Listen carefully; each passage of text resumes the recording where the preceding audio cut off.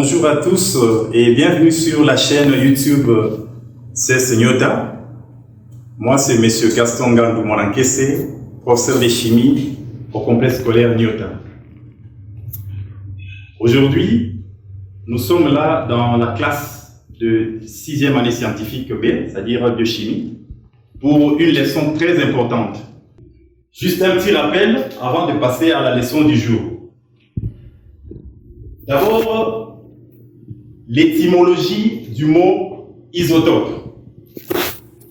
Isotope vient du grec isos, qui veut dire même, et topos, qui veut dire place. Les isotopes, par définition, sont des atomes et un nombre atomique Z, mais ils sont différents par leur nombre de masse A. Alors, comment représente-t-on un atome? Et ici, j'aimerais insister, il y a une différence entre un atome et un élément. Un élément renferme les atomes qui ont le même nombre atomique Z.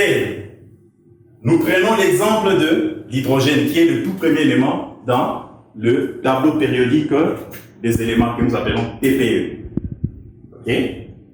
Alors, en prenant cet exemple, nous voyons que dans l'élément hydrogène, nous avons 3 isotopes.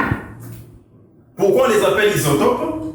Regardez, un élément est représenté par son symbole. Au-dessus, à l'extrême gauche, nous avons le nombre de masse A et en bas, nous avons le nombre atomique Z. Donc, dans l'élément hydrogène, nous avons 3 isotopes. Qu'est-ce qu'ils ont en commun? Ils ont en commun le nombre atomique Z. Tous les 3 isotopes. Leur nombre atomique, c'est 1. Mais ils sont différents par leur masse, qu'on appelle nombre de masse. Il y a l'hydrogène 1, qu'on appelle le proton. C'est cet hydrogène-là qui est le plus abondant dans la nature. Il représente à peu près 99,98% de tous les hydrogènes qu'on retrouve dans la nature. C'est ça son abondance. C'est avec cet hydrogène qu'il y a formation de la molécule d'eau, qu'on appelle l'eau ordinaire, dont vous connaissez la masse molaire qui est de 18 grammes par mol. Nous avons le deuxième isotope de l'hydrogène, c'est l'hydrogène 2, qu'on appelle deutérium ou d'éton, symbolisé par la lettre grand D. Alors, cet hydrogène a la masse 2. C'est ainsi que, en formant la molécule d'eau, ici, ce n'est pas l'eau ordinaire.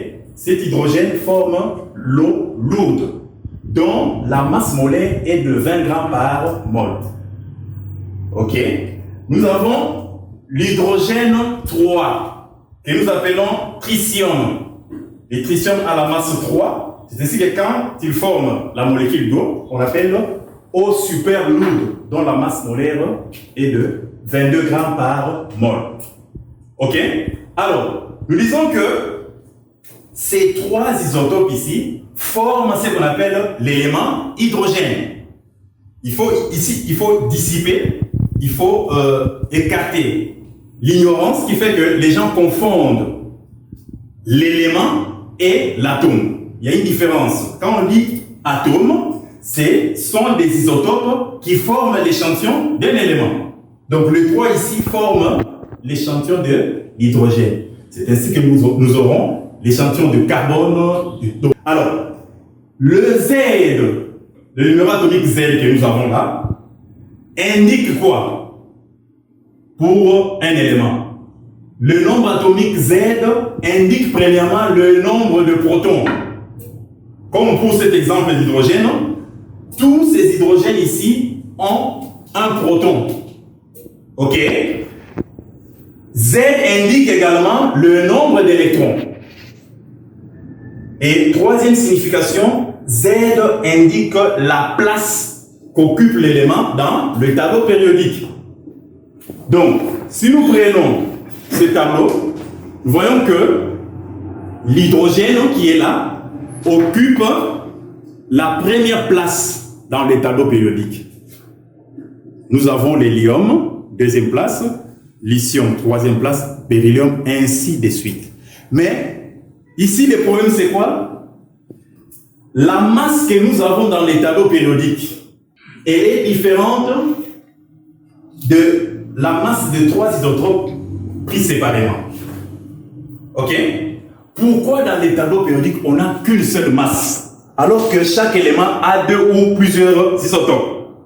C'est ainsi que la masse qui est dans le tableau périodique est appelée masse atomique relative. Pourquoi relative? Parce qu'elle est la moyenne de masse de tous les isotopes qui forment l'échantillon d'un élément. Ok? Donc ça c'est pour le rappel et ça nous permet de bien comprendre comment est-ce qu'on est parvenu à calculer la masse atomique de chaque élément dans les tableaux périodiques. Ok? Donc ce rappel est très important pour comprendre avec la formule comment est-ce qu'on est parvenu à calculer la masse atomique relative de chaque élément. Donc je répète en disant que on l'appelle masse atomique relative parce qu'elle est la moyenne de masse de tous les isotopes qui forment l'échantillon d'un élément. Ainsi, nous allons passer à la leçon du jour qui consiste au calcul de la masse atomique relative d'un élément. Alors, les isotopes d'un élément sont reliés par la formule. Soit la relation masse atomique relative égale à la sommation de la masse isotopique multipliée par l'abondance isotopique. Donc la masse isotopique, c'est la masse d'un isotope. Par exemple, ici, nous revenons, pour le cas de l'hydrogène, la masse isotopique ici, c'est 1 pour le proton. Pour le deutérium, la masse isotopique, c'est 2. Pour le tritium, sa masse isotopique, c'est 3. Ok? Alors, le Fi représente l'abondance isotopique.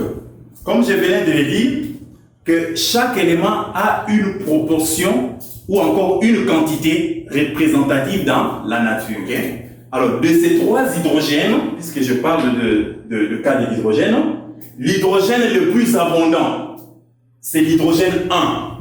Donc, cet hydrogène 1 représente à peu près 99,985% de l'échantillon de l'hydrogène dans la nature. Donc, sur 100% de l'échantillon, l'hydrogène 1 représente 99,985%.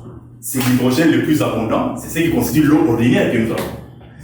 Le deuxième isotope, c'est le deutérium, a une abondance de 0,0145%, une quantité très faible. Et le tritium représente 0,005%. C'est cet échantillon qui nous donne 100%. Ok? Donc, pour calculer la masse atomique relative d'un élément, il faut avoir ces deux données. La masse isotopique et l'abondance isotopique. Avec les deux, vous pouvez utiliser la formule et vous trouvez la masse atomique relative.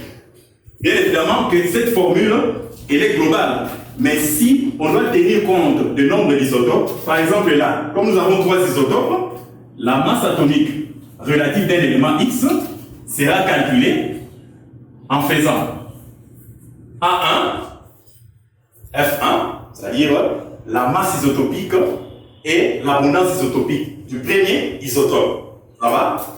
Plus A2, F2, la masse isotopique et l'abondance isotopique du deuxième isotope, plus A3, F3, c'est la masse isotopique et l'abondance isotopique du troisième isotope sur 100. Il y a d'autres éléments dans les tableaux périodiques qui peuvent avoir 4, 5 isotopes. Là, en ce moment-là, on peut continuer. Ok? On peut continuer par rapport au nombre d'isotopes qu'on a dans un échantillon. Nous prenons maintenant l'exercice type 1.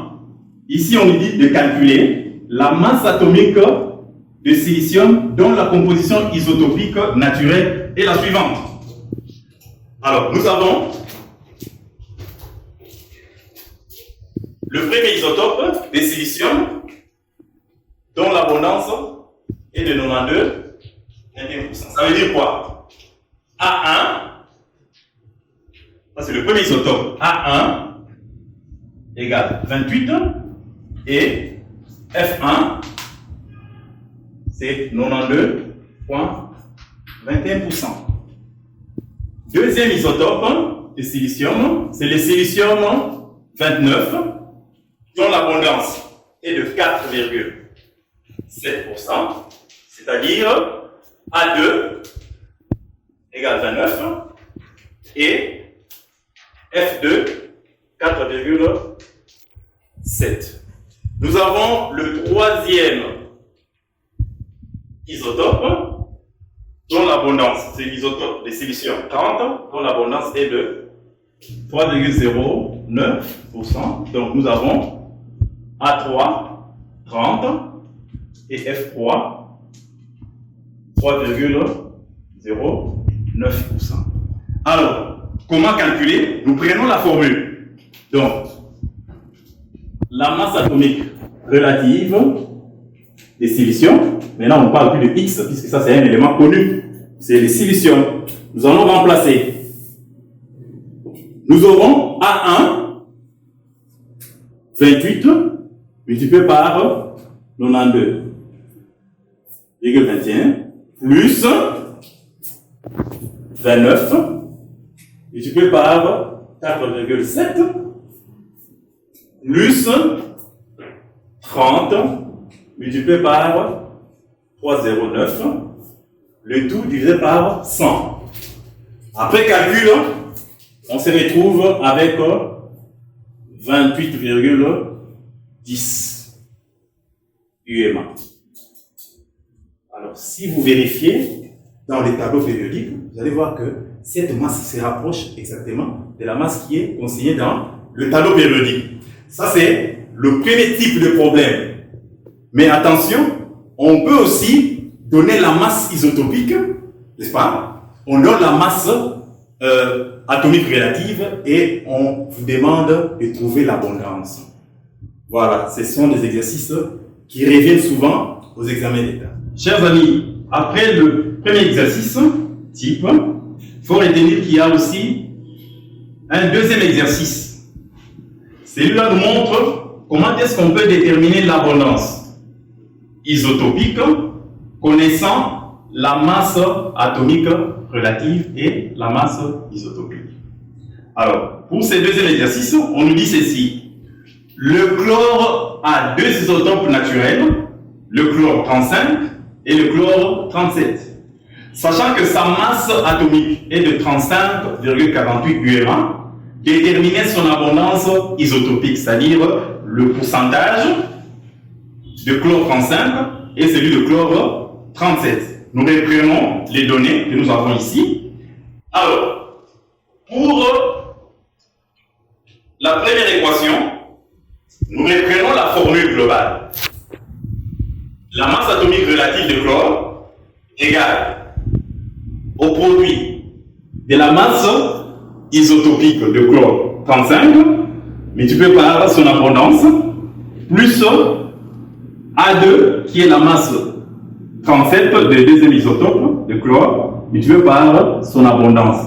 Mais ici nous nous retrouvons avec deux inconnus. Ok? Alors, qu'est-ce qui va nous aider? On sait que la sommation de toutes les abondances isotopiques nous donne 100%. Voilà pourquoi nous avons F1 plus F2 qui nous donne 100. Nous nous retrouvons avec un système d'équations comme en mathématiques que nous allons résoudre de l'autre côté. Voilà. Nous partons d'abord de la deuxième équation. Des deux,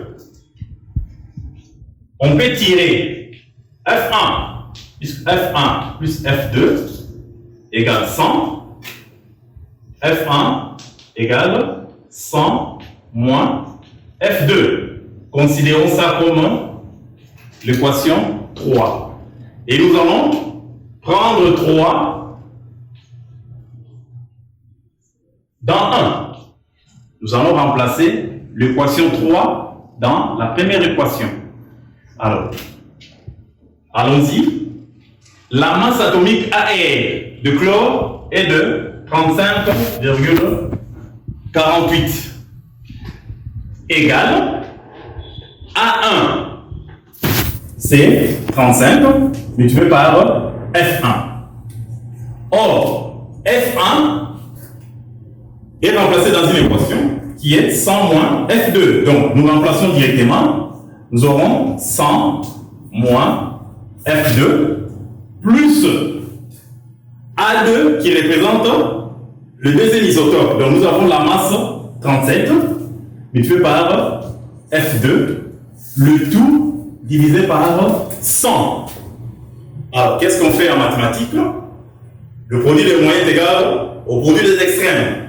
Donc, nous aurons 100 multiplié par 35,48, ce qui nous donne 3548 égale 35 multiplié par 100, ça nous donne 3500 moins 35 F2 plus 37 F2.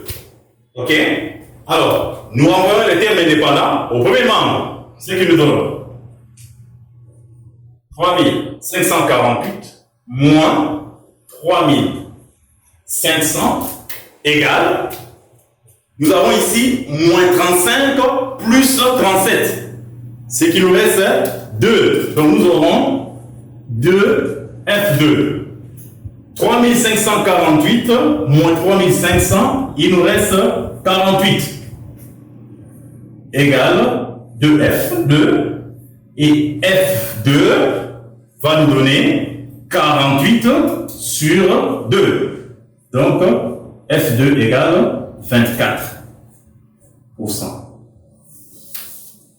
Ça c'est l'abondance isotopique de chlore 37. Maintenant nous revenons dans la troisième équation pour trouver F1.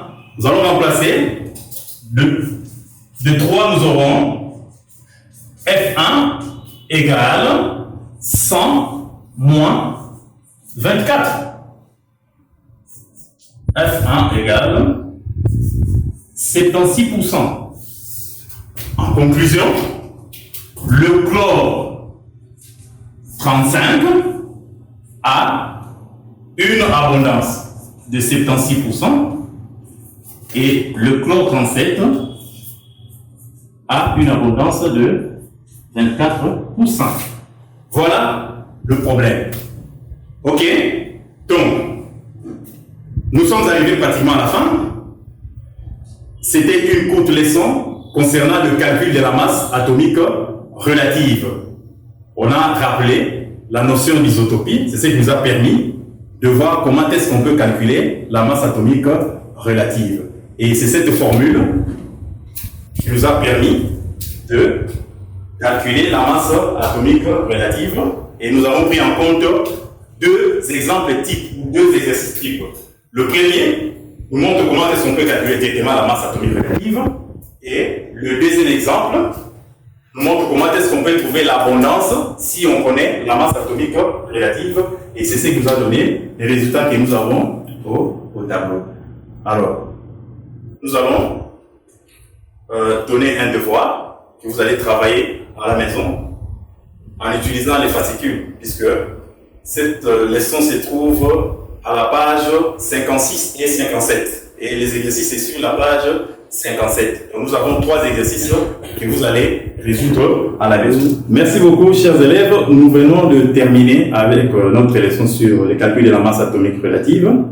Et vous avez un devoir à faire à la maison. Consultez votre syllabus de cours à la page 57. Nous avons 3 exercices, numéro 1, numéro 2 et numéro 3. Merci beaucoup. N'oubliez pas de vous abonner à la chaîne YouTube CES Nyota pour suivre toutes les leçons que nous diffusons. Merci.